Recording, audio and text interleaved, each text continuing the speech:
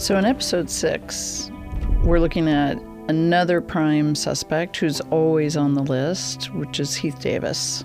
And he still lives in San Angelo. But one of the key things about him is that a few months after the remains were found, Heath was wearing a black Stetson hat around town. The thing that makes this peculiar is that a month after Shane and Sally went missing, Marshall's home was burglarized twice. I noticed one day that the house had been entered.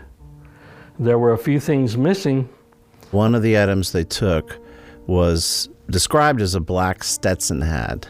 And another big item that stood out was this gigantic, like 50,000 baseball card collection that Marshall had. Here we find Heath Davis going into the fall after the teens are missing, wearing a black cowboy hat, and also bragging to people that he had a baseball card collection in his trunk that was worth a lot of money. What he called a get-out-of-jail ticket, I guess because it was worth a lot. But there's a little bit of controversy because some places in the reports describe it as a Stetson that Shane had, but they actually found a receipt where he bought it right when he got back from Kansas before the 4th of July. He bought it, and the receipt is for a resistol hat.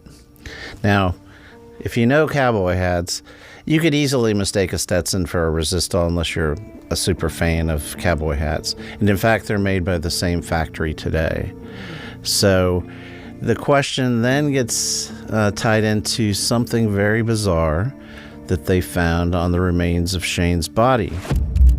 This Stetson hat pin, just sitting there after, possibly months of being in the elements and everything. And it just confounded the investigators. They couldn't figure out what the significance of it was until they started thinking about this Stetson hat. Perhaps someone went back to the remains at some point and placed that item on there as some kind of message, whether a go to hell message or I got you or peace. Or peace, whatever. Yeah, we were very persistent, and it took forever to find him. A lot of failed door knocks, phone calls. I was looking at his girlfriend's Facebook page, and I messaged her, of course, and tried numbers for her with no success. And I'm like, there's got to be something on here on her social media. And she had a picture of this frozen fountain from a couple of years back. And one of her friends said, "Where was that?" She said, "At work." I'm like, I just need to know where she works now. So I literally just Googled frozen fountain San Angelo. Boom. There popped up that same fountain, and it gave me the hotel name where it was located. So I just called up the hotel and asked for the girlfriend and found her right away. So excellent investigative work. Yeah, or blind luck, yeah. That's good. So she really pushed him, I think, to talk to us, to try to clear his name, and she really wanted Heath to get his good side in our story. Yeah. Back then, we really didn't think about karma, but now that I got older and I pay for all them dumbass things I done back then, that ain't no good. So he denied being involved with Shane and Sally, said that, in his younger days he did a lot of horrible things, but he's trying to repent for them now.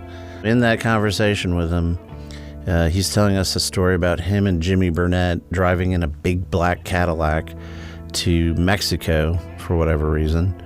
And during that drive at night, Jimmy tells Heath Davis, "I did it. I killed the teens." So yeah, the investigators, especially Sheriff Hanna and Terry Lowe, have their eye on Heath still, because he was in with all the players, the hat, and his record, frankly.